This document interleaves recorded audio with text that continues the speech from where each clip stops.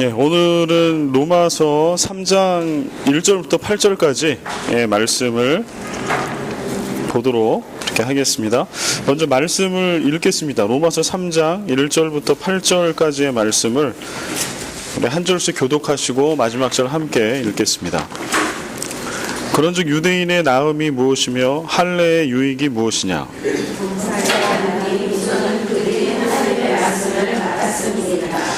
어떤 자들이 믿지 아니하였으면 어찌하리요? 그 믿지 아니함이 하나님의 믿부심을 패하겠느냐?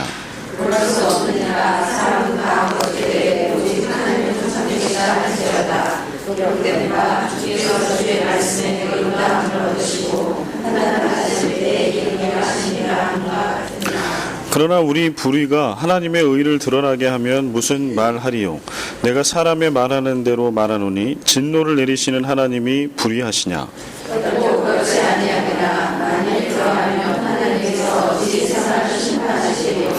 그러나 나의 거짓말로 하나님의 참되심이 더 풍성하여 그의 영광이 되었다면 어찌 내가 죄인처럼 심판을 받으리요? 또는 그러면 선을 이루기 위하여 악을 행하자 하지 않겠느냐? 어떤 이들이 이렇게 비방하여 우리가 이런 말을 한다고 하니 그들은 정죄받는 것이 마땅하니라. 아멘. 아멘. 예, 우리 강의안으로 좀 가보겠습니다. 우리 지난주까지 했던 그 로마서 2장 말씀하고 좀 연결을 해보겠습니다.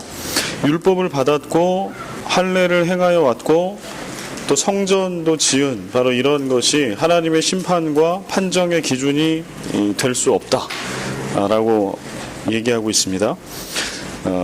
오직 율법을 내면화해서 본인의 실력으로 갖고 있지 않는다면 율법을 소유하고 있다는 이유만으로 정죄를 면할 수는 없다. 이 바울의 얘기죠.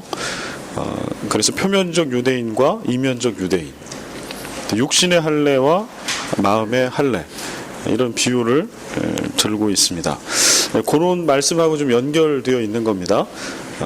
그래서 유대인들은 잘못된 그런 구약의 율법을 중심으로 한 가르침을 가지고 왔을 때 유대인이라고 하는 것 자체 내지는 할례를 받았다, 율법을 내가 알고 있고 지키고 있다라고 하는 거, 그것이 어떤 하나님의 선한 판단, 너는 내 자녀다, 너는 구원받았다 라고 하는 기준이 된다라고 그렇게 생각하고 있었다라고 하면 그게 아니다. 오직 믿음으로만 우리가 구원을 받을 것인데, 그것은 무엇인고 하니 율법의 내면화, 말씀의 내면화, 표면적인 것이 아니고 마음과 영혼에 행한 할례, 또 그런 유대인, 이런 설명을 들어서 하고 있습니다. 말씀 1절 2절 보겠습니다. 그런즉 유대인의 나음이 무엇이며 할례의 유익이 무엇이냐?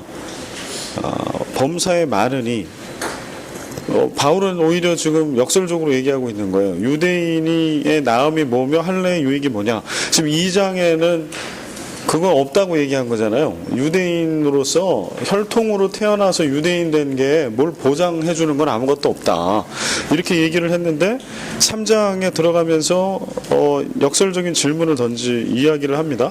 유대인의 나음이 무엇이며 할례의 유익이 무엇이냐? 범사에 많다. 도대체 무슨 얘기를 하려고 하는 걸까요? 어떤 게 유대인으로 태어났을 때, 이거는 혈통 얘기하는 겁니다.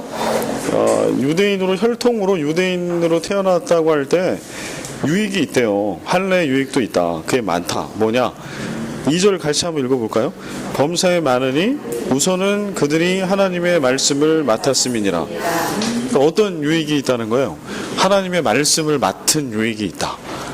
이거는 뭐 많은 유익이라기보다는 그 질적인 면에 있어서 엄청난, 다른 것과 비교할 수 없는 그런 유익이 되겠죠. 여기서 하나님의 말씀을 맡았다라고 하는 뜻은 뭘까요? 그들이 하나님을 알고 하나님이 저들에게 찾아와 교제하시고 약속을 주셨다 라고 하는 의미죠. 그러니까 유대인으로서, 혈통적인 유대인으로서 사실은 하나님께서는 유대인들에게 복을 주신 거예요. 많은 복을 주셨는데 그 중에 가장 본질적인 큰 복은 말씀의 복이다. 너희들이 하나님의 말씀을, 너희 조상 때부터 하나님의 말씀을 그대로 들은 사람들 아니냐. 그 말씀, 율법이라고 하는 거는 이거를 이제 부정적인 의미로 해서 율법주의로 가면 나쁜 거지만 또 말씀을 드리면 율법이라고 하는 거는 중립적인 거예요. 특히 이제 로마서나 뭐 성경에 율법이라고 나온 거에 그 원어 성경을 가보면 토라 이렇게 써 있어요. 토라는 모세 오경을 얘기하거든요. 모세 오경. 하나님의 말씀이에요. 하나님의 살아있는 말씀. 근데 유대인이라고 하면은 그 하나님의 살아있는 말씀 내지는 그 안에서 또 율법만 딱 떼서 십계명 내지는 그런 레위기 신명기에 있는 율법만 딱 빼더라도 여튼 하나님의 말씀을 가장 먼저 직접적으로 받은 사람, 민족, 그리고 그거를 전승해서 계속 내려와서 가지고 있는 거는 이거는 큰 복인데 그거는 다른 게 아니고 말씀에 대한 하나님의 말씀을 너희가 맡았다라고 하는 다른 민족들과 비교할 수 없는 어떻게 보면 이방인과 비교할 수 없는 그러한 선점된 유익이 분명히 있다. 하나님 그걸 너에게 주신 거다라고 얘기합니다. 근데 그 다음에 그럼 무슨 얘기를 하려고 지금 이 얘기를 하고 있는가? 3절. 어떤 자들이 믿지 아니하였으면 어찌하리요? 그 믿지 아니함이 하나님의 미쁘심을 패하겠느냐? 지금 이제 연결해서 얘기하는 거예요. 하나님은 하나님의 말씀을 맡은 자로 유대인들을 택하셨고 그들에게 하나님의 말씀을 주신 게 분명합니다. 이건 엄청난 복입니다. 그런데 결과는 어땠는가라고 보면 하나님은 그들에게 말씀을 맡겨주신 거예요. 율법, 엄격히 얘기하면 율법의 원칙들 뭐 이런 제도들을 맡겨주신 게 아니라 하나님의 말씀을 맡겨주신 건데 유대인들이 실수하고 잘못한 거는 그 말씀을 저버린 거죠. 그래서 이스라엘은 선민으로서의 책임에서 실패한 겁니다. 이제 그걸 지금 지적하고 있는 겁니다. 그럼에도 하나님이 이스라엘과 하신 그 약속이 아직도 유효할 것인가?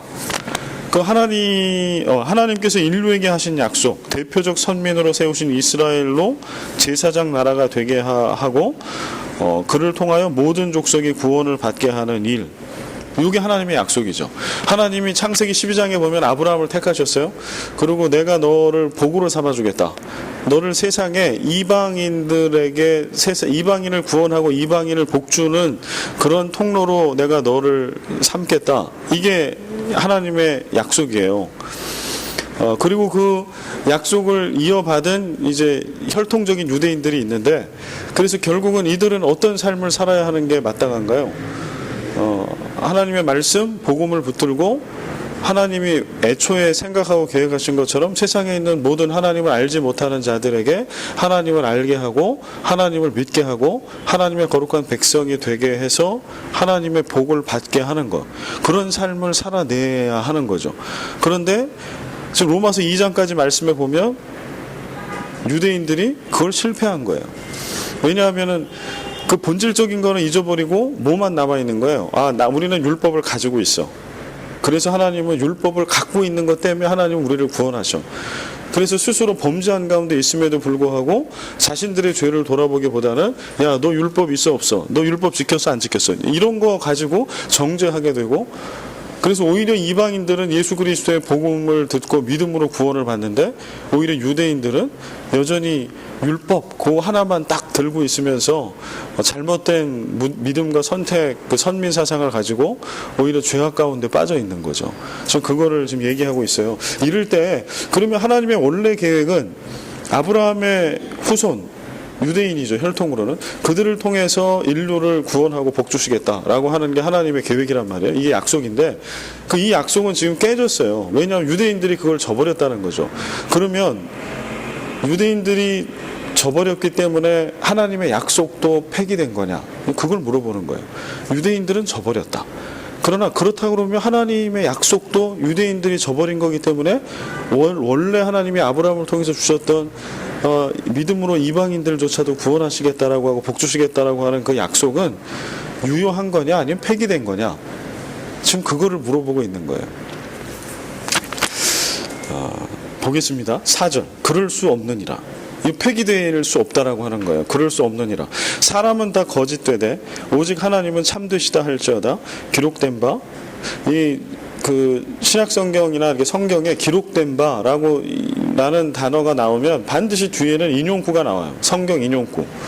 이거는 그냥 문장 부호라고 생각하시면 돼요. 기록된 바 그러면 따옴표 딱 들어오는구나. 그러면 이제 우리가 궁금해야 될 거는 이 말씀은 어디서 인용을 한 걸까? 이게 성경 구약을 인용한 걸 거니까요. 그리고 성경을 읽으실 때는 그렇게 기록된 바 인용했다는 거는 어디서 인용했지? 대부분은 성경에 표시를 해줘요. 이것도 표시가 아마 됐을 겁니다. 뭐라고 돼 있나요?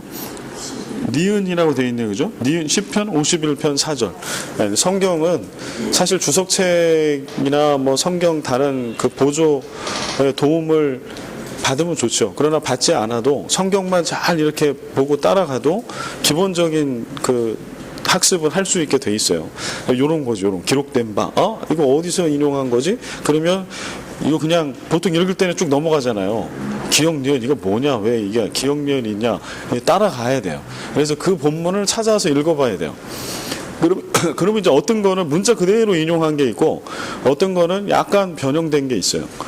그건 의도가 있는 거예요. 변형된 거는 잘못 인용한 게 아니고 그래서 이제 그런 거를 좀 찾아볼 필요가 있다는 거. 우리 지금 성경 공부를 하는 거니까. 보겠습니다. 여기 그럴 수 없느니라. 우리 성경에는 그럴 수 없느니라 이렇게 돼 있어요. 근데 원어적인 의미를 살려서 이거를 만약에 풀어 쓴다 그러면 제가 밑에 써놓은 거예요.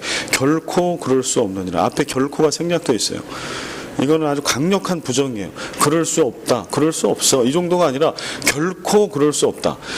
사람은 유대인들이 뭐 선민이고 뭐 선민 할아버지라고 할지라도 그들이 범죄한 거는 인정하나 그러나 하나님께서 약속하신 거는 그들이 범죄했다고 해서 결코 그게 깨지거나 무효화되지 않는다. 이거 하나님의 속성에 기인한 강력한 부정이죠. 결코 그럴 수 없다. 그리고 인용한 게 시편 51편 4절인데요. 시편 51편 4절 같이 한번 읽어볼까요? 내가 주님을 주의 목전에 악을 행하였사오니 주께서 말씀하실 때에 의롭시다고 주께서 심판하실 때에 순전하시다 하리이다. 네, 아멘. 그러니까 이 내용은 지금 뭐예요? 우리 4절에 그럴 수 없느니라 사람은 다 거짓되되 오직 하나님은 참되시다. 기록된 바. 이러니까 이 얘기는 사람은 거짓되지만 하나님은 참되시다라고 하는 말씀을 지금 강력하게 뒷받침할 수 있는 그런 성경 구절이겠죠. 기록된 바.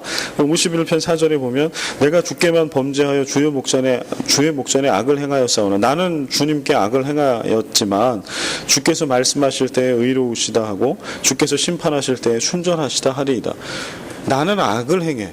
그런데 하나님은 어떤 분이세요? 내가 악을 행했음에도 불구하고 넌 의롭다, 너는 순전하다 라고 하나님께서 일방적으로 택한 백성에게 선포해 주신다.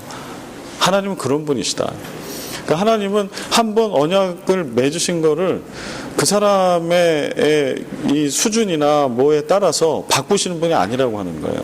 그 얘기를 지금 그 시편을 인용을 하고 있는 겁니다. 우리의 배반과 불순종에도 불구하고 하나님은 하나님 되심을 신실하게 지켜오셨다. 그리고 지금도 지키고 계시며 앞으로도 그러하실 것이다. 하나님은 우리의 실력이나 결정에 의해 결코 흔들리지 않으실 것이다.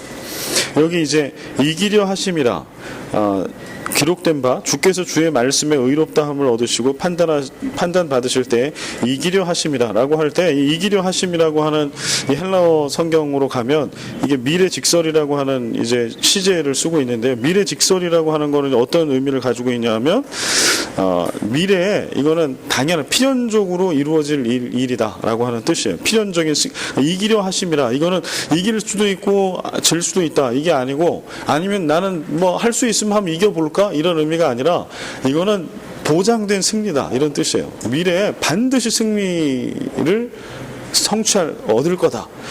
이거는 이제 필연적 승리를 나타낸다라고 하는 거. 그러니까 하나님께서는 한번 약속하신 거를 인간의 부족함이나 뭐 이런 것 때문에 바꾸시지 않을 뿐더러 반드시 하나님은 이기신다. 죄를 이기시고 하나님의 뜻을 이기시고 이루시고 하나님의 나라를 세워가신다. 그러니까 지금 유대인들은 범죄했어. 그러나 하나님은 이 범죄한 유대인들 때문에 약속을 파기하시는 분이 아니라 지금 로마서를 계속 연결을 해보면 여전히 유대인이든 아니든을 떠나 예수 그리스도, 유일한 예수 그리스도를 구세주로 믿는 믿음과 복음 가운데 그 온전한 믿음만 붙들고 살아가고 있는, 오직 믿음으로 살아가고 있는 하나님의 진정한 아브라함의 후손들, 그런 내면적인 유대인, 내면적인 할례를 받은 사람, 이런 그리스도인을 통해서 하나님의 뜻을 이루신다. 혈통으로 이루는 게 아니라, 그래서 죄 짓고 하는 사람들은 그걸로 그냥 자신의 죄를 받는 거죠. 회개하지 않으면 하나님은 그냥, 로마서 앞에 얘기한 게 그거잖아요. 죄된 그 모습 그대로 하나님은 내두실 거라는 거예요. 그게 가장 큰 저주고 하나님의 심판이죠. 그 로마서 2장에 나와 있는 그 참혹한 그 모습들이 있잖아요. 죄의 모습들이. 하나님은 그럴 때 믿지 않는 자들이 회개하지 않고 돌이키지 않을 때 그냥 그대로 놔두시는 걸 통해 엄청난 고통과 죄악 가운데, 부패한 가운데 놔두실 거다. 귀 있는 자는 듣고 깨달아라. 회개해라. 혈통으로 유대인이기 때문에, 네가 나면서부터 몇 대째 예수 믿기 때문에 그런 거 없다. 과거에 엄청난 은혜를 한 번 받은 것 때문에 오늘 네가 그거 없다. 오늘 매일매일 새로운 은혜, 말씀과 복음 가운데 서 있냐? 그럴 때 하나님은 절대 유대인이 범죄했다고 하더라도 하나님이 하신 약속은 지킨다. 믿음의 후손들을, 아브라함의 후손들을 통해서 지금 그 얘기를 계속해서 강조하고 계십니다. 유대인의 유익, 아까 말씀한 거죠. 하나님의 말씀을 맡은 거.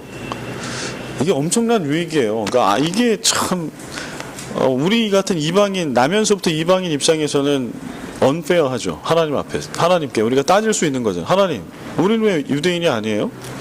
우리는 왜 유대인이 하여튼 세계 1, 2차 대전을 지났으니까 그런 얘기 하면 안 되긴 하겠네, 그죠? 왜 유대인이야? 너 그러면 너도 죽어볼래? 이러면 안 되잖아요. 유대인이기 때문에 몇백만 명이 죽었는데요. 근데 여튼 오늘 이 말씀으로 가보면, 유대인들에게 주신 정말 이게 본질적인 엄청난 복이 있었다는 거예요. 근데 유대인들이 이거를 발로 차버린 거예요. 이 복을. 이 하나님의 말씀을 맡은 자라고 하는 엄청난 복을 저들은 누리지 못했다. 지켜내지 못했다라고 하는 거예요. 하지만 하나님은 이스라엘에게 하신 약속과 이스라엘을 통하여 모든 인류에게 주시려는 하나님의 약속에 대해서 지금도 신실하시다. 지금도 하나님은 그 약속을 지키실 것이다. 누구를 통해서? 또 다른 믿음의 후손들, 아브라함의 후손들인 여러분과 저를 통해서. 그러면 여러분과 저에게 하나님이, 이 땅에 지금 예수 믿는 자들에게 하나님이 주신 거는 또 뭐예요? 믿지 않는 자들과 비교했을 때 본질적인 큰 복은 뭔 거예요? 하나님의 말씀을 맡은 자. 이 복을 우리에게 주신 거예요. 이제는 믿는 자에게. 유대인에게 혈통으로 주신 거 끝난 게 아니고, 그렇게 주신 거 대부분은 망각하고 그 복과 은혜를 차버리고, 여전히 나는 유대인이라. 지금도 유대인들이 그런 거 아니에요. 지금도 저 팔레스틴 땅에 있는 유대인들이 우리는 유대인이라고, 유태인이라고, 그래서 아주 그냥 태생이 다른, 그래서 유대인들은 우리를 우습게 생각해요. 사실 우리 기독교인들은 불쌍하죠. 왜냐하면 카톨릭 신자들이 볼 때도 우리 우습게 생각하거든요. 왜냐하면 우리는 집 나간 애들이니까. 이게 종교개혁 이후에 정통교회죠. 그들은 카톨릭 교회를 정통교회로 생각하니까. 그래서 자신의 집과 주인과 이거를 저버리고 나간 이 사파들, 사이비까지는 아니더라도, 그 다음에 유대인들이 볼 때도 저런 이방인들, 지옥의 불쏘시개로 쓰여질 사람들, 유대인들이 우리를 그렇게 생각해요. 지옥의 불쏘시개. 그러나 복음으로 들어가면 전혀 그렇지가 않은 거죠. 하나님이 지금 말씀하시는 거, 하나님의 말씀을 맡겨주신 거, 엄청난 복을 주셨음에도 불구하고 그들이 그걸 저버렸어. 근데 그 복을 이제 누구에게 주신 거예요? 믿는 자에게, 믿는 우리에게. 그래서 우리가 예수를 믿는다라고 하는 거는 이게 엄청난 복입니다. 이런 복이 어디 있어요? 이거는 혈통으로 주셨던, 유대인에게 주셨던 복을 하나님께서 우리에게 주셨어요. 만약에 유대인들이 잘 믿었으면 이 복은 우리에게까지 안 올 수도 있어요. 안 올 수도 있었어요. 애초에 주신 거니까, 그 복은 그들에게. 근데 그들이 그거를 버린 거죠. 그리고 그렇기 때문에 예수 그리스도가 오실 수밖에 없었던 거고, 그래서 오늘 예수 그리스도가 이 땅에 메시아로 오셨고, 우리가 그 예수 그리스도를 믿는다라고 하는 거는 그 하나님의 말씀, 복음을 우리에게 맡겨주셨다. 그래서 오늘 우리가 하나님 나라 갈 때까지 여러분들이 이제 말씀을 이렇게 공부하고 연구하고 묵상하고 예배하고 하는 자리를 절대 떠나면 안 돼요. 왜냐하면 하나님이 그 말씀, 하나님의 말씀을 우리에게 맡겨주셨다. 그 귀한 사명을 우리에게 주셨기 때문에 그래요. 근데 이단들이 횡행하는 거는 죄송하지만 그들의 문제라기보다는 우리들의 문제죠. 우리가 하나님의 말씀을 맡은 자로서 말씀과 복음 가운데 잘 서 있지 않아. 말씀을 사랑하지도 않고 귀하게 여기지도 않고, 그래서 그냥 대충 알고 다 안다고 생각하고, 그냥 내가 들었던 거 이렇게 들었던 거 가지고 어떤 복음이 들어올 때 그냥 다 쳐버려. 내가 들은 거랑 다르네. 그냥 얘기를 해봐요. 그럼 그거 집사님이 그렇게 말씀하시는 건데 그거는 어디서 배우신 거고 들으신 겁니까? 그럼 듣고 배웠으니까 알 거잖아요. 그러면 이제 누구누구 목사님한테 제가 설교 때 들었다. 물론 성도는 목사의 설교와 말씀을 통해서 배우죠. 그러나 여러분들이 잘 생각하시고 앞으로도 이제 그 성경 말씀을 접할 때는, 물론 목사는 하나님의 말씀을 대언하고 선포합니다.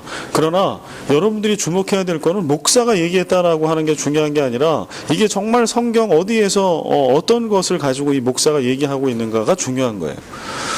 그래서 목사를 좋아하거나 신뢰하지 마시고 그 말씀을 전하는 그 복음을 신뢰해야죠. 이게 어떻게 구분되냐? 이게 구분하기 어려워요. 그래서 이게 참 어려운데, 그러나 어렵지만 제가 설명을 해드리는 겁니다. 여러분 찾아가셔야 돼요. 그래서 이렇게 바이블 스터디가 중요한 거는, 설교 시간에는 한 30분 40분 설교하니까 이런 거 다 얘기를 할 수가 없어요. 그러니까 분량은 몇 시간 분량을 준비해도 나중에 축약해서 엑기스만 딱 하거든요. 준비한 게 이만큼 있어도 강단에서 얘기할 수 있는 거는 요만큼밖에 얘기를 못해요. 근데 그거를 여러분들이 그냥 듣고서 이게 전부라고 생각하고 한 번 듣고 딱 끝나면 그러기에는 사실 너무 아까워요. 그래서 뭐 유튜브에도 올리고 이제 하는 건데, 이게 뭐 잘했으니까 잘 들어라가 아니라 계속해서 반복해서 들어야 되고, 그러면 왜 그런가?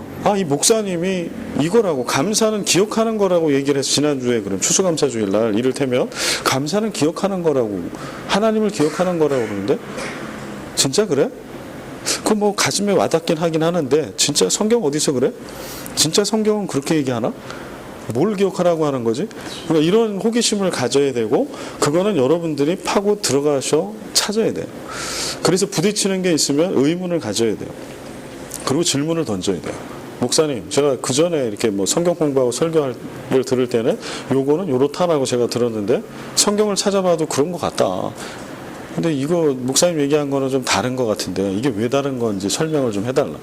이런 궁금증을 계속, 그러니까 불신은 죄입니다. 그러나 의심은 죄가 되지 않아요. 의심하는 건 끊임없이 의심 내지 호기심을 가지고 질문을 던지는 걸 통해 우리는 깨달음을 얻게 되고 자라가거든요. 그래서 아이들도 호기심이 많은 아이, 질문이 많은 아이들이 공부를 잘하게 돼 있어요. 저는 참 안타까워요. 저도 전통적인 뭐 그런 교육 방식의 교육을 받았고, 좀 성격이 내성적이고 뭐 이래가지고 질문을 거의 안 했던 것 같아요. 지금은 돌아보면 너무 후회가 되는 거죠. 막 궁금한 게 여기까지 있는데 속으로만 계속 질문하고 수업이 끝날 때까지 질문을 안 해. 그러니까 나중에 집에 가면 계속 후회하는 거죠. 물어볼 걸. 여전히 저는 아는 게 없는 거예요. 그 부분에 대한 걸. 그냥 전달 주입식 교육만 받았지. 근데 이거는 이제 깨야 되거든요. 근데 우리가 이제 성경 말씀을 대할 때도 우리 가운데 그런 게 있어요. 누가 말씀을 선포한다. 그러면 그냥 아멘. 그냥 받고 끝나려고 하는 게 있어요. 근데 하나 더 나아가셔야 된다라고 하는 거죠. 그래서 여러분들이 인터넷을 통해서 이제 그 제 설교뿐만 아니라 또 좋은 목사님들의 설교를 많이 들으실 건데, 사실은 설교를 듣는 거에서 그치면 그거는 더 위험할 수 있어요. 왜냐하면 나중에 여러분 다 들었어. 은혜가 되고 감동이 됐네요. 근데 나중에 그러면 여러분들에게 그 어떤 말씀에 대한 것들을 이제 질문하거나 뭐 얘기할 때 그거 어디서 왜 그렇게 생각하시냐고, 그러면 제가 인터넷에서 설교를 들었는데 누구 목사님이 그러시더라고. 여기서 끝나면 안 된다는 거예요. 그러니까 누구 목사님 말씀이 좋으면 그게 성경에 어디서부터 나온 건가, 성경으로 반드시 가라. 그래서 여러분의 것을 만들어야 된다는 거예요. 제가 말씀드리고 싶은 거는 여러분의 것을 만들어야 돼요. 그래서 지금 이제 바울이 사실은 그런 강력한 도전을 하는 거예요. 피상적으로 그리스도인들, 로마에 있는 교인들이 알고 있었던 신앙이 있었어요. 지식이. 근데 그거를 근본적으로 다시 들어가서 지금 막 들춰내는 거예요. 야, 너희들이 믿고 있는 게 이거지? 그 믿음의 근거가 어딨냐? 성경도 그렇게 얘기하니? 진짜 복음도 그러니? 이거는 이제 계속 가지고 들어가는 거거든요. 네, 그렇게. 그래서 우리가 오늘 예수를 믿을 이유가 있는 거, 희망이 있는 거는 하여튼 아브라함 믿음을 통해서 아브라함의 후손이 된 우리에게 하나님의 말씀을 맡겨주셨다라고 하는 거예요. 이 말씀은 목사에게만 맡겨주신 말씀이 아니다. 신학을 연구하는 신학자에게만 맡겨주신 것이 아니다. 그리스도인에게, 예수 믿는 그리스도인에게 맡겨주셨다. 제가 할 수 있는 일은 여러분들에게 가이드를 줄 수 있는 일밖에 없어요, 사실은. 그래서 원어도 자꾸 얘기를 하고 뭐 이런 인용을 하고 이렇게 하는 거는 여러분들에게, 여러분들이 직접 다 이렇게 막 찾아갈 수가 없잖아요. 그러니까 여러분들에게 찾아가 보시라고, 말씀의 복음의 오리지널로 자꾸 관심을 가지고 한번 가보시라고 자꾸 소스도 던지고, 제가 책도 학기 시작할 때 막 소개도 해드리고 막 이렇게 하는 거는 여러분 스스로 복음을 찾아가고 알아가는, 그래서 누가 얘기한 복음이 아니라 내가 말씀을 통해서 믿은 복음, 믿는 복음이 되라는 거죠. 그렇게 이 성경 공부의 목적과 설교의 목적도 거기에 있다라고 하는 거. 그래서 한 단계 제발 더 가보시라. 하나님의 말씀을 하나님께서 여러분에게 맡겨주셨어요. 저에게, 목사에게만 맡겨주신 게 아니에요. 모든 예수를 믿는 성도들에게, 그리스도인들에게. 그리고 이거를 어떻게 이게 전수돼? 부모를 통해 자녀들에게 전수하게 해주신 거라는 거예요. 교회학교 교사를 통해 학생들에게 전수되는 게 1번이 아니고, 믿는 부모, 하나님의 말씀을 먼저 맡은 부모를 통해 다음 세대들에게, 내 자녀와 자녀 세대들에게 그 하나님의 말씀이 그대로 복음이 훼손되지 않고 전수되게 하시는 거, 이게 하나님의 계획이에요. 그래서 이제 내년부터 교회학교의 방향이나 이제 교육도 많이 그런 쪽으로 이제 갈 겁니다. 그래서 여러분들께서도 하나님의 말씀을 나에게 하나님 맡겨주셨다. 그러니까 이제 누군가를 의지하려고 하는 수동적인 데서 벗어나셔야 돼요. 하나님은 여러분 각자에게 맡겨주신 거예요. 다만 이제 누군가 저처럼 직업적으로 공부도 하고 이제 이런 목회를 한 목회자가 여러분들의 가이드가 될 수 있는 거죠. 여행의 가이드가 필요한 것처럼 제가 가이드가 돼서, 여러분 창세기를 구경하시려면요, 포인트 여기 필리핀에 오시면요, 마닐라, 메트로 마닐라에 리잘 파크 가보셔야 되고요. 그 다음에 또 어디 가야 돼요? 어디 가셔야 되고, 팍상한, 따가이따이, 마닐라에, 필리핀에 오면 딱 거치는 게 딱 있잖아, 이렇게. 좀 더 가려면 세부, 보라카이, 보홀, 이렇게 가라는 거죠. 제가 얘기한 데 다 못 가본 데 얘기하는 겁니다, 지금. 아직 리잘 파크도 못 가봤습니다, 아직. 제가 하는 일은 그거예요, 가이드. 여러분, 창세기요? 1장부터 50장까지 있는데, 다 어떻게 다 가봐. 그러니까, 쭉 맥을 짚어주는 거죠. 창세기의 맥은 이런 겁니다. 여기서 중요한 단어들 이런 거, 여러분 글로 한번 가보십시오. 그러면 가야죠. 그거를 아무리 데려다 놔도 그 다음에 여기네 이러고 가서 나중에 여행 가봤더니 어디 간지를 몰라. 깃발만 기억이 나죠. 깃발만. 특히 어르신들이 패키지 여행을 정말 많이 다니시는데, 제가 만나본 분 중에는 어느 나라를 갔다 왔는지를 모르시더라고. 물어보면 어디 갔다 오셨어요? 그러면 좋은 데 갔다 왔다고. 좋은 데 갔다 왔대요. 근데 나라도 기억을 못해요. 도시는 나중치고. 왜냐면 깃발만 보고 모이라는 모였으니까. 근데 이제 성경 말씀도 그럴 수 있다라고 하는 거죠. 성경 말씀도 우리가 그냥 예배에 은혜를 받아야지. 그러나 좋다, 깃발만 본 거예요. 그리고 무슨 이렇게 가르쳐 주잖아요. 뭐가 이런 게 있습니다. 들었어. 그러면 이제 깃발에서 더 나가서 여기도 가보고 저기도 가보면 좋다는 것까지 들었는데, 내가 가봐야죠. 가서 직접 봐야지. 만져보고 거기 써놓은 설명도 한번 읽어보고 체험을 해봐야죠. 내 걸로 만들어야지. 그래서 내 메모를 남겨야지.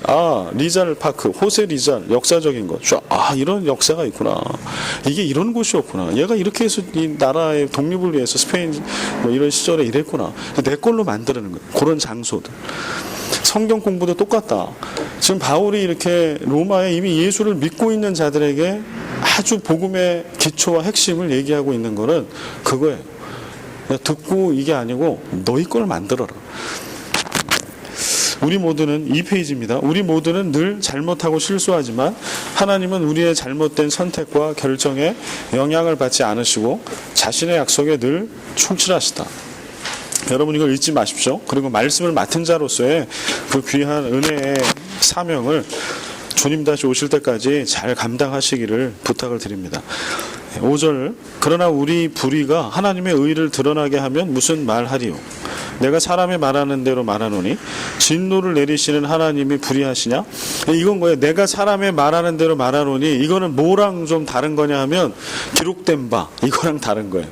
기록된 바 바울이 얘기하는 거는 자신 있는 거예요. 성경 말씀에 있으니까 그거를 딱 인용을 해. 근데 지금 진노를 내리시는 하나님이 불의하시냐 이건 성경 말씀에 요 내용이 있지는 않은 거예요. 이건 바울이 지금 바울 스스로 지금 마음속에 있는 거를 얘기한다. 이거를 지금 강조하려고 하는 거죠. 내가 사람의 말하는 대로 말하겠다. 이거 내 생각인데 진노를 내리신 하나님이 그래서 불의하냐? 이렇게 지금 질문을 던지는 겁니다. 6절 결코 그렇지 아니하니라. 여기 이제 결코 썼네, 그죠? 앞에는 결코를 빼먹었는데 번역을 할 때 6절은 썼어. 결코 그렇지 않다. 만일 그러하면 하나님께서 어찌 세상을 심판하시겠냐. 하나님께서 막 이랬다 저랬다 하고 사람에 따라서 결과를 뒤집는 하나님이시라고 하면 하나님이 어떻게 인류를 공의의 잣대를 가지고 심판하실 수 있겠냐. 이 얘기를 하는 거죠. 우리가 불의하고 불성실해도 결국 하나님이 신실하심과 성실하심으로 약속을 이루신다면 우리의 잘못이 오히려 하나님의 의와 신실하심을 더 빛나게 한 것이니 죄가 안 되는 것 아닌가? 이제 이런 데로 빠져갈 수 있어요. 오늘 바울이 이걸 계속 얘기하는 건데 하나님은 인간의 불신실함, 경건하지 못함, 불의함 이런 거에 영향을 안 받으신다. 하나님은 하나님이 약속을 지키시는 신실한 분이다라고 하면 그러면 우리가 좀 약속을 깨고 불경건하고 불의하게 했는데 이게 오히려 하나님의 의로우심, 신실하심을 돋보이게 해드리는 거 아니야? 그런 얘기 하잖아요. 가룟 유다 얘기할 때도 가룟 유다가 무조건 다 잘못했냐? 하면 또 잘못된 예정론을 이야기하면서 아니 가룟 유다도 결국은 예수님 안 팔았으면 예수님이 어떻게 십자가에 달리셨겠어? 그러니까 가룟 유다 큰 일을 한 거죠. 예수님 십자가에 달리게 한 결정적인 일을 한 거죠. 아니 농담이 아니라 그렇게 진지하게 얘기하는 분이 있다니까요. 이거를 가지고 들어가면 아니 예수님이 죽어야 부활이 있지. 누군가 죽여줘야 되잖아요. 말도 안 되지만 어떤 논리를 빠지고 들어가면 근데 바울이 정말 재밌게도 좀 그거를 끌고 들어가는 거예요. 그렇게 생각하는 사람이 있다는 거예요. 내가 유대인들 중에서 잘못된 신앙을 갖고 있는 사람 중에서 지금 로마 교회 안에 그런 부류가 있다는 거예요. 내가 범죄했어. 복음을 버렸어. 하나님의 말씀을 맡은 자의 사명을 버렸는데 그럼에도 불구하고 뻔뻔하게 내가 무조건 나 잘못한 거 맞아. 나 유죄인데 그렇다고 내가 다 잘못한 건 아닌 것 같아. 생각해봐라. 내가 잘못했다고 하나님이 그 언약을 이루지 않으시냐? 역으로 보면 내가 잘못했기 때문에 하나님의 신실하심은 더 드러나는 거야. 나도 한몫한 거야. 이 얘기예요. 지금 그런 부류가 있었다는 얘기입니다. 실제로.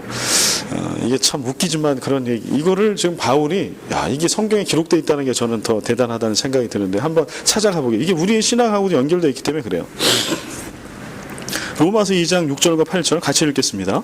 하나님께서 각 사람에게 그 행한 대로 보응하시되 참고 선을 행하여 영광과 존귀와 당을 지어 진리를 따르지 아니하고 불의를 따르는 자에게는 진노와 분노로 하시리라. 아멘. 우리가 이미 읽었던 배웠던 말씀인데 여기 보면 하나님께서 각 사람에게 뭐대로? 그 행한 대로 보응하신다. 사실은 하나님의 행한 대로 보응한다라고 하는 것은 구약을 관통하는 하나님의 원칙이에요. 진리예요. 행한 대로 보응하신다. 그래서 하나님은 그런 그 예언서에 보면은 이제 그때 당시에 이렇게 유행했던 격언 이런 게 몇 개가 나오는데 예언서에 그 중에 하나가 뭐냐면 정확한 표현이 맞는지 모르겠습니다. 아버지가 신포도를 먹었다고 그래서 아들도 쉬겠냐? 이게 거꾸로 됐을 수도 있어요. 이게 예언서 중에 하나에 나와 있는 말씀이에요. 근데 그 말씀을 왜 인용한 거냐 하면 우리가 신 거를 먹었어. 그럼 누구만 쉬어요? 먹은 사람만 쉬지. 그 얘기는 뭐냐 하면 죄를 졌어. 아들과 아버지가 있다고 그래가지고 한 사람이 죄 졌다고 다 죄를 하나님이 물으신다는 얘기가 아닌 거예요. 죄 지은 그 행위대로 하나님은 벌을 주시는 분이시다. 요거를 이제 그런 그때 당시에 유행했던 어떤 유행어 내지는 격언으로 이렇게 설명하신 말씀이 있어요. 근데 로마서도 같은 맥락에서 얘기하고 있는 겁니다. 하나님께서 각 사람에게 그 행한 대로 보응하신다. 그래서 내가 행한 대로, 내가 머리로 믿은 대로 끝이 아니고 믿음을 어떻게 삶으로 실천하며 믿음이 믿음되게 했느냐를 보고, 그래서 그렇게 못 살았어. 그러면 그 사람의 그 행함대로 하나님은 일일이 다 보응하신다라고 하는 거예요. 그러니까 내가 하나님을 떠났어. 그러면 피할 길이 있어요, 없어요? 없어요. 하나님의 선하심은 선하심이야. 그러나 내가 죄를 졌으면 죄에 대해서 반드시 결과와 벌이 있다는 거예요. 근데 그거를 물타기를 해가지고 하나님의 선하심과 연결해서 내가 이렇게 한 것이 하나님의 선하심을 드러나게 한 거니까 아무 문제가 없지 않냐라고 하는 건 말이 안 된다는 그런 거죠. 다음에 갈라디아서 6장 7절과 8절 같이 읽겠습니다.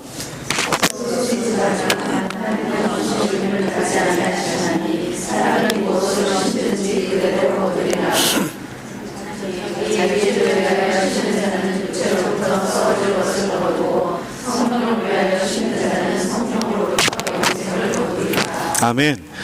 우리 하나님은 어떤 하나님이신가요? 예를 들어서 여기 고3 수험생이 있어요. 그러면 얘가 심은 게 있을 거 아니에요. 공부한 게 있고. 그러면 우리가 아는 하나님은 어떤 하나님이에요?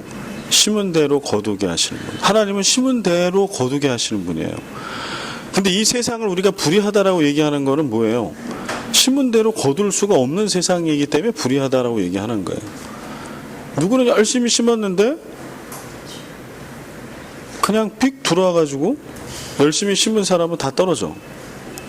불의한 거죠. 근데 이제 우리는 우리 입장에 따라 달라지잖아요. 내 새끼가 심은 게 없어. 그러면 하나님은 좀 은혜의 하나님이셨으면 좋겠어. 우리가 생각한 은혜는 이런 거예요. 하나님은 절대 그런 하나님이 아닙니다. 이걸 오해하면 안 되는 게, 하나님은 절대 우리가 그게 은혜가 아닌 거예요. 은혜는 뭐냐 하면 심은 대로 거둘 수 있는 게 은혜인 거예요. 왜냐하면 이 세상은 은혜로운 세상이 아니잖아요. 심은 대로 거둘 수가 없어요. 그래서 억울한 사람들이 생겨나기 때문에 비은혜의 세상인 거예요. 근데 하나님이 꿈꾸시는 하나님의 나라, 이루시고자 하는 나라와 그 세상은 뭐냐 하면 열심히 공부한 애는 좋은 성적과 원하는 곳을 그 길이 넓어지게 하시는 거가 그거죠. 열심히 땀 흘리고 수고하고 농사 지은 사람이 있다면 그 농부는 많은 소출을 얻어서 잘 먹고 잘 살 수 있게 하시는 거. 이게 하나님의 은혜인 거죠. 지금 여기도 마찬가지. 스스로 속이지 말아라. 하나님은 업신여김을 받지 아니하시나니 사람이 무엇으로 심든지 그대로 거둔다. 그러니까 우리가 심은 대로 거두지가 않은 게 있으면 그거 하나님이 주신 거예요? 아닌 거예요? 아닌 겁니다. 예를 들어서 빠찡고 가서 딱 땡겼는데 대박 났어? 이거 하나님 주신 거예요? 아닌 거예요? 안 주신 거예요. 근데 그거를 내가 어제 기도했더니 하나님께서 이번에 지금 아직 뭐 법적으로 다 갈 길이 멀리 있지만 이번에도 이제 그 연결되는 것들이 있잖아요. 크리스찬들이 이 안에 있으니까 문제되는 분들 중에. 근데 기도 제목에도 나와 있고, 그럴 때 이렇게 길을 열어주시고 내 비즈니스가 잘 되게 해주신 분이 하나님이시라고. 제가 그 전에 이런 얘기 말씀 한번 드렸던데 이게 이 그룹에서 안 했을 수 있으니까, 어떤 이제 교회 집사님이신데요. 이분이 실정법을 위반해가지고 사기죄인가 뭐로 감옥에 가셨어요. 실제로. 그래서 목사님이 신방을 가신 거예요. 목사는 신방해야죠. 이분이 얼마나 힘들겠어요. 잘못은 잘못이지만. 그래서 이제 말씀을 전하고 이제 기도를 하고 신방이 끝났는데 이 집사님이 이제 하시는 말씀이, 말씀의 은혜를 받았어. 그리고 하시는 말씀이, 그렇죠 목사님, 이 고난 가운데서도 하나님께서 나를 지켜주실 줄 믿습니다. 이 사람이 이제 감명되기를 원하는 거죠. 계속 항소하고 이렇게 하면서 과연 이 신앙이 옳은가? 이거는, 이런 신앙은 건강하지 않은 거예요. 이거는 하나님을 우리가 잘못 알고 있는 거거든요. 8절, 갈라디아서 6장 8절, 자기의 육체를 위하여 심는 자는 육체로부터 썩어질 것을 거두고 성령을 위하여 심는 자는 성령으로부터 영생을 거두리라. 그러니까 갈라디아서 이 말씀뿐만 아니라 성경은 종말론적인 종말을 얘기할 때 가라지 비유 얘기 있잖아요. 그 가라지 비유의 핵심도 뭐예요? 내두라는 거예요. 내버려 두면 나중에 다 드러나. 열매로. 가라지에서 벼가 열릴 수는 없어요. 가라지에서 뭐가 열릴 수가 없다고. 놔두면 걔는 끝까지 가라진 거예요. 중요한 건 우리가 잘 믿나 못 믿나라고 하는 거를 우리가 판정할 수 있는 길이 있어요. 그냥 믿음은 상당히 주관적이기 때문에 이분이 잘 믿는지 못 믿는지를 우리가 판단할 수가 없어요. 그런데 우리 스스로는 우리의 신앙을 돌아볼 수 있는 길이 있어. 그건 뭔가 하니 믿음의 열매예요. 그래서 내 신앙을 돌아볼 수 있어, 내 스스로. 우리가 상대방을 판단하면 안 돼요. 다만 내 신앙은 내가 돌아볼 수 있어. 내 신앙 가운데 믿음의 열매가 어떤 게 열리나, 내 자녀가 신앙 가운데 어떻게 자라고 있나를 보려면 얘가 지금 믿음의 열매가 어떤 거가 열리고 있는지를 보면 알 수 있다는 거죠. 그래서 겉으로 볼 때는 잘 믿는 것 같지만 열매가 아무것도 없고 다른 이상한 게 열려. 그러면 심은 게 잘못된 거예요. 그럼 돌아봐야 된다는 겁니다. 하나님은 그런 분이시다. 우리는 이렇게 스스로 속일 수도 있고 우리 스스로 심은 거와 다른 거를 수확하는 거가 은혜라고 우리는 생각하지만 하나님이 말씀하신 은혜는 그렇지 않다. 심은 대로 성실하게 1.1획도 틀림이 없이 수확을 할 수 있게 해주시는 게 하나님의 은혜, 하나님의 정의와 공의.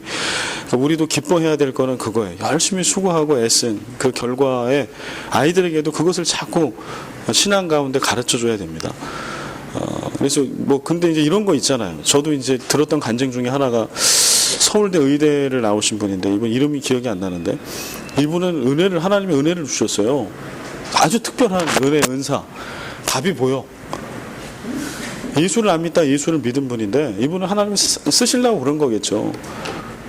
그렇다고 공부를 안 한 건 아닙니다. 공부를 안 했는데 답이 보이면 그 하나님은 참 말이 안 되는 하나님이지 그거.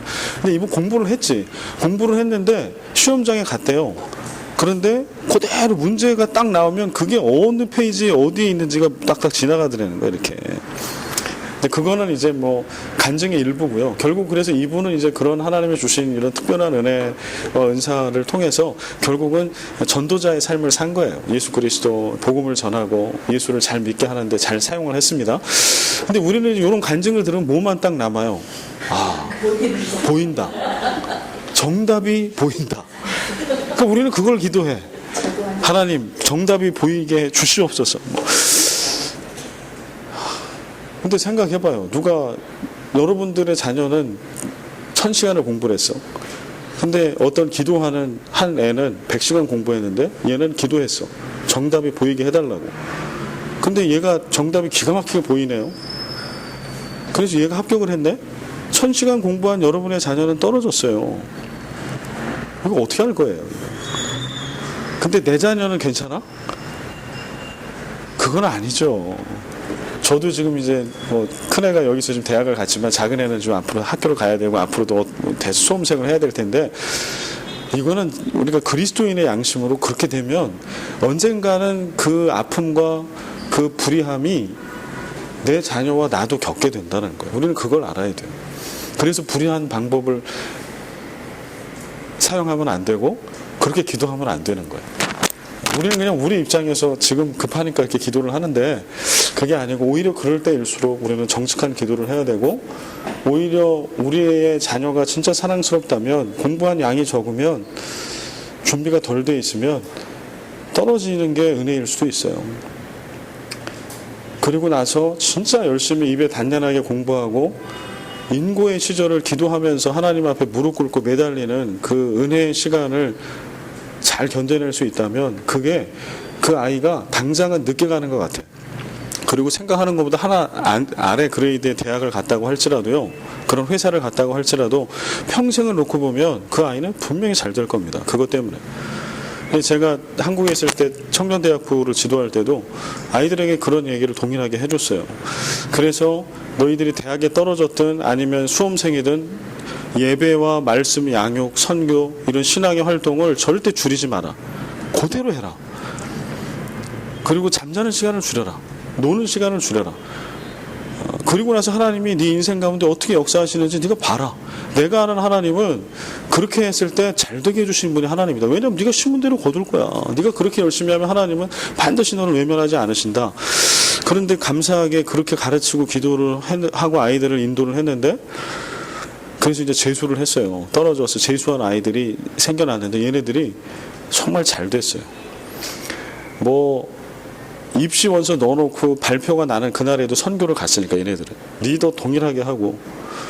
근데 얘네들이 2대 넣어서 떨어진 애가 그 다음에 서울대 갔어요. 얘는 원래 가래야. 그런데 뭐 해서 그랬지만 다시 열심히 할 거 다 하고 이러면서 서울대 가고, 이런 예가 생겨나니까 이제 그 다음에는 청년부의 체질이 바뀌더라고요.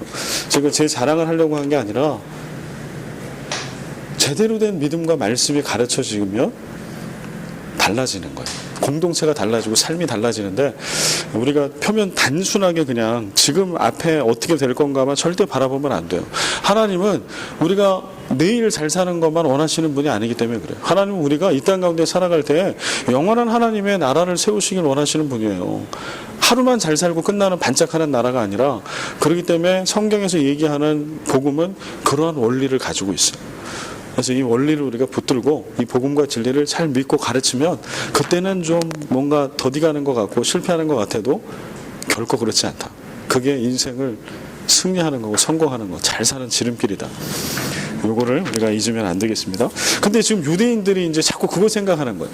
말씀과 복음, 율법을 받고 말씀을 맡은 자의 은혜를 주셨는데 자기네들이 잘못했어. 그러면 회개하고 돌이켜서 이방인 유대인이 핏줄이 아니고 믿음으로라고 하는 거를 지금 바울로부터 받았고 다 알고 있고 지키고 있는 건데, 그렇다라고 하면 다시 나의 죄된 모습을 하나님 앞에 회개하고 힘들어도 받은 말씀대로 살려고 하는 삶의 부단한 그 아픈 노력들을 해야 되는데, 그거를 자꾸 안 하려고 하는 거예요. 유대인 그리스도인들이 자꾸 뭐 하려고 하는 거예요.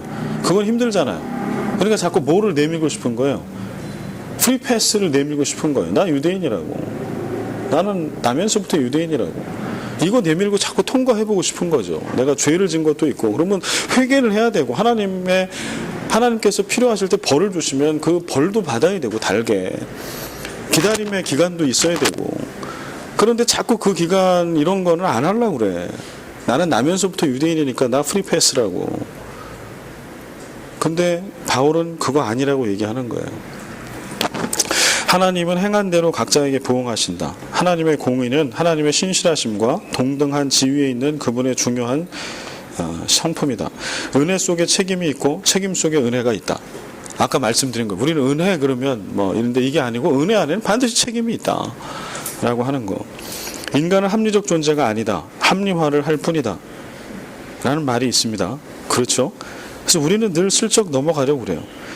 회개하고 순종해야만 넘어갈 수 있는, 도무지 핑계댈 수 없는 문제 앞에서도 우리는 그러려고 그래요. 지금 한국교회 안에 사회는 나중치고요. 지금 일어나고 있는 이 사태는 사실은 교회 안에서부터 이미 심각하게 벌어지고 있는 거에 연장선상인 것밖에 없어요. 제가 볼 때는. 이미 한국교회 안에 문제가 많이 됐던 거는 목회자의 부패, 교회의 부패. 그 중에 대표적인 게 학력 위조. 그 다음에 뭐 하는 거 좀 베끼는 거, 논문 같은 거 이렇게 베껴서 하는 거. 그래서 학위 같은 것도 막 대필도 하고 통째로 갖다 베끼고, 이런 것들이 한국 교회의 문제로 계속 드러나고 있었습니다. 목사의 성적인 문제. 목사가 성적으로 문제가 생겼어요. 그러면 한국 교회가 참 좋은 교회지. 그러면 착한 거죠. 그 목사의 잘못을 묻어줘요. 그리고 목사를 조용히 보내요. 이유는 참 이기적인 거죠. 왜냐하면 그게 드러나면 그 교회에 좋을 게 없기 때문에 그래. 그 교회는. 그리고 목사 입장에서도 그게 드러나면 치명적이니까 why not? 왜 안 좋아? 서로 딜을 하는 거예요. 근데 문제는 이분이 딴 데 가서 또 문제를 일으킨다라고 하는 거죠. 순환되고 있어요. 한국에 있다가 그런 분들은 미국에 가. 또 사고 쳐? 그러면 필리핀에도 그런 분이 혹시 있을지 모릅니다. 혹시라도 이거는 제가 혹시라도 그런 뭐 어떠한 부정이든지, 저도 인간이니까 이게 드러나면 조용히 덮지 마십시오. 절대로. 그러면 안 돼요. 죄는 드러나야 돼요. 교회나 뭐 얘를 범법을 했다라고 하면 본인 입장에서는 감춰지는 게 좋죠. 그런데 교회가 살기 위해서는 절대 덮으면 안 되는 거예요. 죄는 죄입니다. 드러내야 돼요. 그리고 거기에 대해서 마땅히 교회가 기도하면서 어떻게 하나님의 뜻이 임하게 되고 벌을 받고 교회도 그 당사자도 책임을 지고 그 다음 단계에 건강하고 거룩한 교회와 그리스도인의 삶을 살아 이어갈 건지에 대한 거를 얘기를 해야 돼요. 이거는 저뿐만이 아니라 우리 교회 안에 앞으로라도 어떤 누구라도 이런 일은 어디나 생길 수 있으니까 교회 지도자 중에서 목사가 아니더라도 생길 수 있잖아요. 그럼 이걸 덮을 일이 아닌 거예요. 저는 절대 덮지 않을 거예요. 만약에 그런 일들이 교회 안에 혹시 생기면 저뿐만 아니라 제가 그래도 저는 오픈할 거고, 그리고 도망가는 게 아니라 거기에 대한 거 마지막까지 죄에 대한 결과는 받아야 하고. 근데 이런 것들을 한국교회가 안 했어요. 덮었어요. 은혜라고 덮었어요. 그럴 수 있다고. 그때는 그게 관행이니까. 뭐 학위를 이렇게 논문을 대필하고 베끼는 것도 관행이고 이것도 관행이고, 이러면 교회가 망가지니까 교회는 귀한 건데 교회가 깨지면 되겠냐고 이러면서 덮었어요. 지금도 ING 상태에 있는 교회들이 계속 그러고 있어요. 우리가 이름 얘기하면 알만한 교회들이. 근데 나라와 사회가 지금 동일한 것을 반복하고 있고 이게 좀 크게 터진 것 뿐이에요. 이건 이미 교회 안에 있었던 일입니다.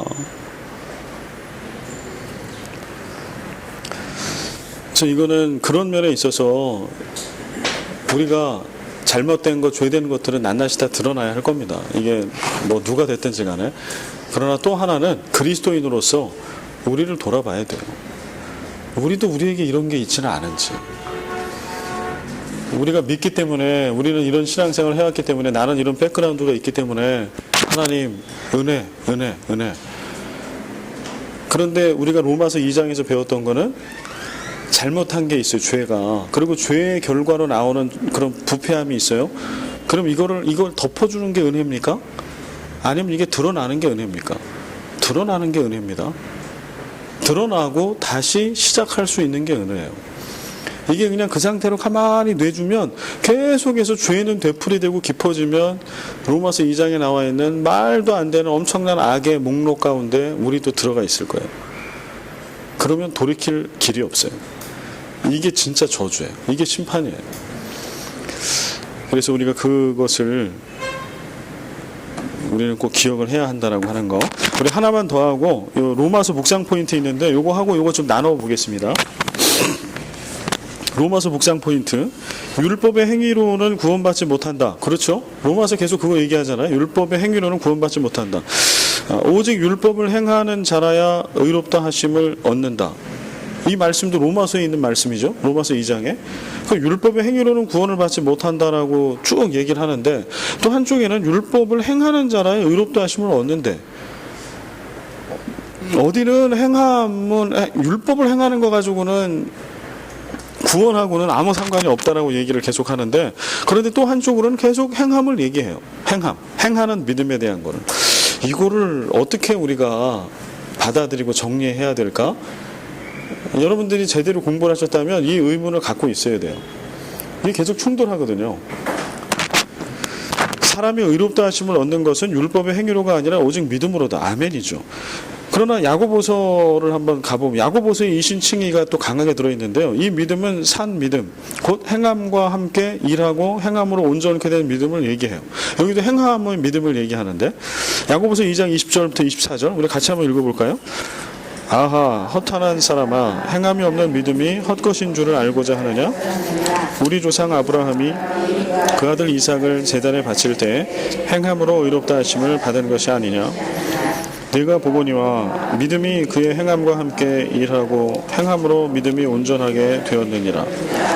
이에 성경에 이른바 아브라함이 하나님을 믿으니 이것을 의로 여기셨다는 말씀이 이루어졌고, 그는 하나님의 벗이라 칭함을 받았나니, 이로 보건대 사람이 행함으로 의롭다 하심을 받고 믿음으로만은 아니니라. 아멘. 지금 야고보서는 창세기 22장에 있는 모리아산에 그 아들 이삭을 바치는 거, 이거를 뭘로 본 거예요? 믿음과 행함을 놓고 보면 행하는 믿음으로, 정확히 얘기하면 행하는 믿음으로 본 거예요. 이거는 그냥 믿음이 좋아서만으로 얘기할 수 없다. 그 이상의 그가 하나님을 그렇게 믿었다. 아들을 내려쳐 죽일지라도 하나님은 살리시는 분이라고 히브리서에 보면 그렇게 얘기해요. 히브리서 기자는 아브라함이 어떻게 내리칠 수 있었냐? 그는 하나님을 믿었기 때문에. 어떤 하나님을 믿었냐? 내리쳐서 그를 죽여도 살려주실 분이 하나님이라는 것을 믿었기 때문에 내리칠 수 있었다라고 얘기하거든요. 근데 그냥 그 하나님을 믿었어. 다 그치지 않았어. 창세기 22장은 그렇게 그치지 않잖아요. 아브라함이 내려치는 것까지. 그래서 여호와 이레의 제물을 하나님이 예비하시는 것까지가 창세기 22장의 스토리라면, 야고보서에서 지금 야고보가 얘기하는 거는 행하는 믿음을 얘기할 때 이게 행함이야. 행해야 구원받아. 이렇게 얘기하는 거예요. 이제 좀 행함에 대한 게 좀 오시나요? 다음에 데살로니가전서 1장 3절 같이 읽습니다. 너희의 믿음의 역사와 사랑의 수고와 우리 주 예수 그리스도에 대한 소망의 인내를 우리 하나님 아버지 앞에서 끊임없이 기억함이니. 여기 보면 믿음의 역사라고 돼 있어요. 개역 개정 성경에는. 근데 여기 역사라고 돼, 옆에 제가 행위라고 이렇게 써드리는 이유는요, 이 역사의 본래 원어의 의미는 강력하게 행위라고 하는 의미를 가지고 있어요. 여기 역사라고 쓰여진 단어는 에르곤이라고 하는 헬라어인데요. 이 에르곤은 일, 행위 이런 뜻을 가지고 있어요.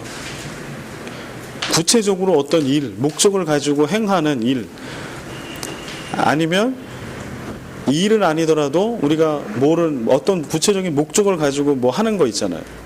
행함. 이게 에르곤입니다. 그래서 이 믿음의 역사는 사실 믿음의 행함으로 바꿔줘야 맞아요. 믿음의 행함, 믿음의 행위, 사랑의 수고, 우리 주 예수 그리스도에 대한 소망의 인내. 믿음의 행위, 믿음을 행위와 연결하고 있다라고 하는 거죠. 그래서 성경이 얘기하고 있는 믿음이라고 하는 거는 머리에서 되고 가슴에서 끝나는 믿음이 아니다 라고 하는 걸 알 수 있습니다. 그 밑에 보겠습니다. 바울이 말한 참된 해법은 내적 유대인됨과 마음의 할례. 이제 앞에 그 질문 궁금한 걸 연결해 보는 거예요. 바울이 율법의 행위로는 구원받지 못한다라고 얘기를 하잖아요. 이 행위, 율법의 행위. 그런데 또 바울의 입으로 오직 율법을 행하는 자라 의롭다 하심을 얻어. 아니, 율법의 행위로 구원 못 받는데 율법을 행해야 의롭다 하심을 얻어. 이게 도대체 동일한 사람이 전혀 다른 얘기를 하고 있는데, 그러면 바울이 얘기하는 거는 무슨 의미냐, 이거를 한번 찾아가는 겁니다. 바울이 말한 참된 해법은 내적 유대인됨과 마음의 할례에 있어요. 내적 유대인은 할례와 율법을 무시한 채 오직 믿음을 지향하는 존재가 아니에요. 그러니까 우리는 그냥 믿음 그러면, 오직 믿음하면 그냥 맹목적인 믿음을 얘기해요. 잘 믿어야 돼. 말씀과 복음을 삶으로 어떻게 진지하게 살아내는 이런 거가 아니고, 그냥 잘 믿어야 돼. 그러면 믿음, 그럼 우리는 막 맹목적인 그런 믿음만을 생각하지만, 바울이 얘기하는 건 그게 아니다. 내적 유대인과 할례를 얘기할 때 마음에 행한 할례를 생각을 해보면, 내적 유대인은 할례와 율법을 무시한 채 오직 믿음을 지향하는 존재가 아니라 행위와 삶 자체가 하나님의 선민다운 사람을 가리킨다. 마음에 행한 할례도 마찬가지. 이게 그냥 극단적으로 율법을 행위로 지키는 거는 무조건 믿음으로 한다는 거는, 이거는 상관없다, 이게 아니고, 그 안에는 다 포함되어 있어요. 진실한 그 율법과 말씀이 가지고 있는 본래의 뜻을 뜻대로 실천하는 것뿐만 아니라 삶 속에 적용하는 것을 이야기하고요. 또 한번 보겠습니다. 율법을 자랑하면서도 지키지 않는 이들. 그러니까 율법의 행위로는 구원받지 못한다라고 할 때 율법의 행위는 이런 거예요. 율법을 자랑하면서 지키지 않는 이들이 대상인 거예요. 율법을 지키려고, 진짜 진실한 마음에 지키려고 하는데 안 되는 사람이 아니고, 진짜 나는 율법을 진실하게 지켜가지고 나는 구원에 내가 이뤄보겠다라고 하는 사람이 아닌 거예요. 이 사람들은 율법을 자랑하면서 자랑을 해. 율법을 받은 거를, 내가 율법을 지키고 있는 거를. 그러나 그저 자랑하면서도 제대로 그 뜻을 따라, 숨겨져 있는 깊은 뜻을 따라 지키려고 하는 것이 없어요. 그래서 율법을 자랑하면서 지키지 않는 이들을 향한 바울의 대안은 율법의 폐기나 초월이 아니라 율법의 실천과 순종. 지금 문제는 뭐예요? 지금 갈라디아서 우리 지난번에 배운 거하고도 연결을 해보면 갈라디아서도 율법 자체를 폐기하자라고 절대 얘기하고 있지 않거든요. 그리고 갈라디아 교회에 있는 거짓 교사들은 율법을 신실하게 다 지켰던 사람들이 아니었어요. 갈라디아서 5장 6장에 가보면 어떤 사람들이었는고 하니 율법을 선별적으로 지키는 사람, 그러면서 티를 내는 사람. 예를 들어서 할례, 그 다음에 특별한 절기, 음식법, 이런 거 몇 개를 지키는 거예요. 선별 다 지키는 것도 아니에요. 그 몇 개를 지키면서 생색내는 거예요. 나 율법을 이렇게 지키고 있어. 너희들도 율법을 지켜라. 야, 우리가 수천 년 동안 지켜온 이 율법을 지킴이 없이 예수님만 믿고 구원받는다라고 하는 거는 뭔가 부족해 보이지 않냐? 그러고서는 이제 그 율법을 지키지 않는 이들을 줄 세우는 거죠. 너희들의 그 부족함, 거룩하지 못함, 이게 교회를 망가뜨리는 거였죠. 그래서 지금 바울이 얘기하고 있는 거는 그렇기 때문에 율법을 지키는 것 자체, 율법 자체가 악한 거를 얘기하고 있지 않다, 결코.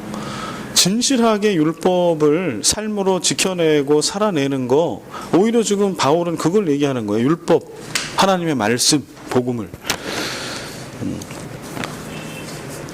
지킬 생각은 안 하고 그저 잘난 척만 하는 이들에게 그저 율법을 듣기만 해서 될 일이 아니라 율법을 지키는 것이 중요하다고 말하는 것이고요.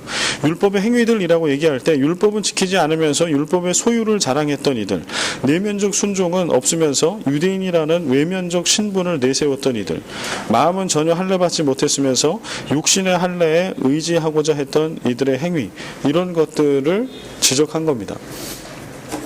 다시 한번 오겠습니다. 오늘의 로마서 묵상 포인트. 율법의 행위로는 구원받지 못한다. 오직 율법을 행하는 자라야 의롭다 하심을 얻는다.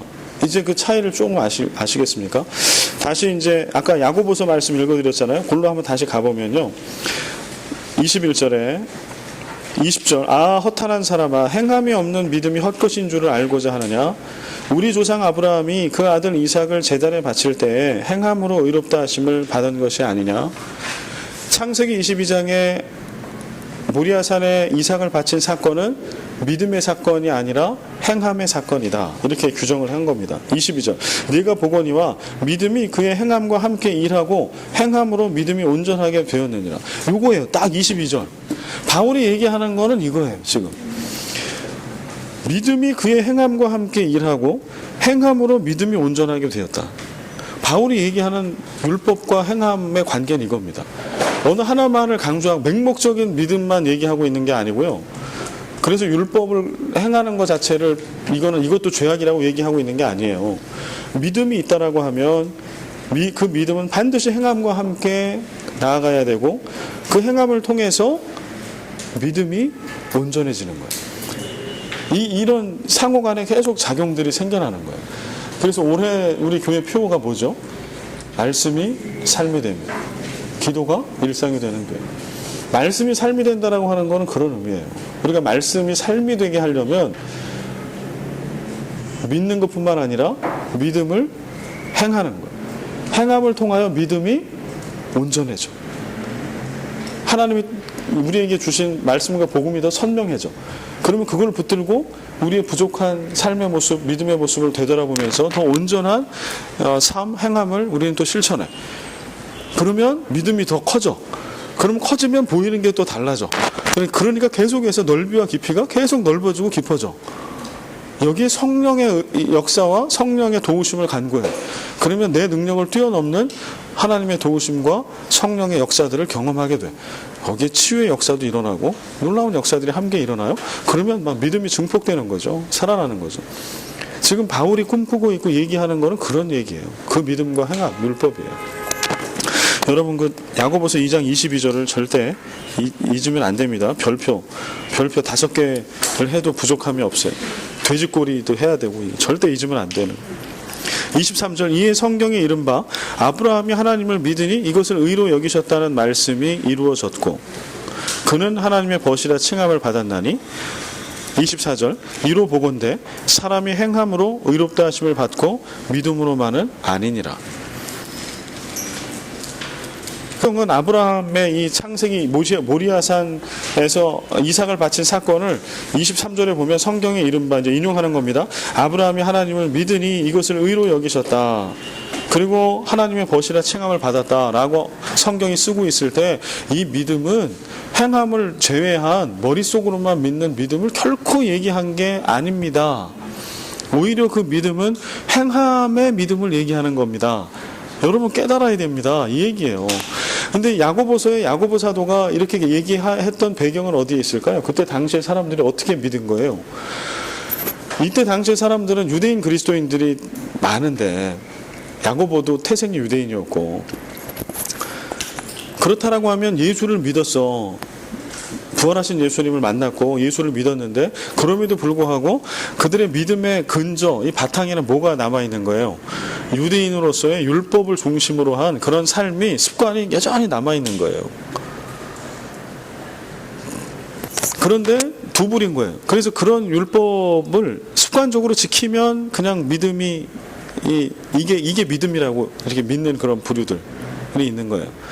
그 다음에 예수를 믿음으로 믿기만 하면 구원받는다라고 하는 새로운 가르침이 이제 예수를 믿고 기독교회가 탄생하면서 이제 주어지잖아요.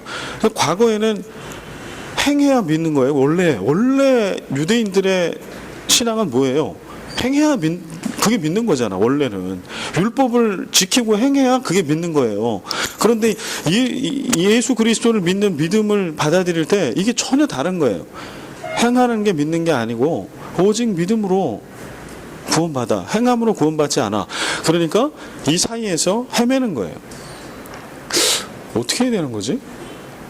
그러니까 양갈래의 실수를 해. 구약에서 여전히 했던 것처럼 율법을 지킴으로 이게 믿음이라고 여기면서 잘못 믿고 있는 부류, 지금 로마서에서 계속 얘기하고 있는 것처럼, 또 하나는 추상적인 믿음을 신앙의 전부라고 그냥 생각해 버리는 거예요.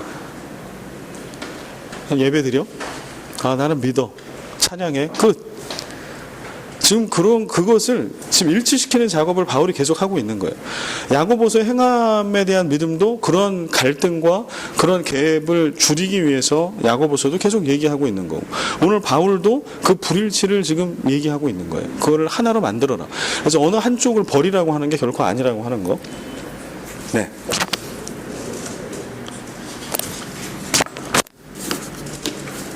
일단 여기까지 좀 하고요. 쉬는 시간을 드렸어야 되는데 죄송합니다. 그냥 이어서 나눔을 좀 5분 쉬죠. 5분. 어차피 나눔하고 마실 거니까 5분만 쉬었다가 어서 오십시오. 예, 쉬었다가 오시죠. 예, 지금부터는 짧게 한 10분 정도 이제 나눔을 하고 마무리를 할 텐데요. 조를 한번 또 짜 보겠습니다. 4명씩 또 해야 되나요? 넷, 다섯, 아니네. 5, 넷 해야 되겠는데. 일단 여기서부터 갑니다. 네. 우리 이경량 권사님까지. 그 다음에 넷. 네. 여기는 5. 우리 광미애 집사님까지 5. 그리고 네. 우리 장민아 집사님까지 그렇게 4인가요? 5인. 5. 그리고 여기 4. 네. 요렇게. 네. 네. 네.